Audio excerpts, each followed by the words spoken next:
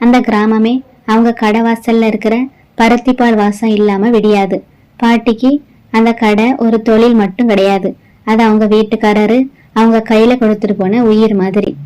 ஆனா கால ஓட்டத்துல அந்த கடைக்கு ஒரு பெரிய சவாலும் காத்திருந்துச்சு.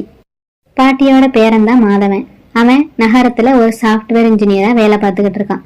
அவன் ஒரு நாள் முக்கியமான வேலைக்காக கிராமத்துக்கு வந்தான். அவன் கையில லேப்டாப், விலை உயர்ந்த வாட்சி. அவனோட வாழ்க்கையே ரொம்ப வேகமானது. அது பாட்டியோட மெதுவான வாழ்க்கைக்கு ரொம்பவும் முரண்பட்டது. பாட்டி, ஏன் இன்னும் கஷ்டப்படுறீங்க? இந்த கடையை வித்துட்டு போலாம்ல அப்படின்னு அடிக்கடியும் சலிப்பா மாதவன் சொல்லிக்கிட்டே இருப்பான். இத போய் யாரு தேடி வந்து குடிப்பாங்க? இதெல்லாம் ஆன்லைன்லயும் விற்க முடியாது பாட்டி, இது ஒரு காலாவதியான தொழிலாயிட்டு.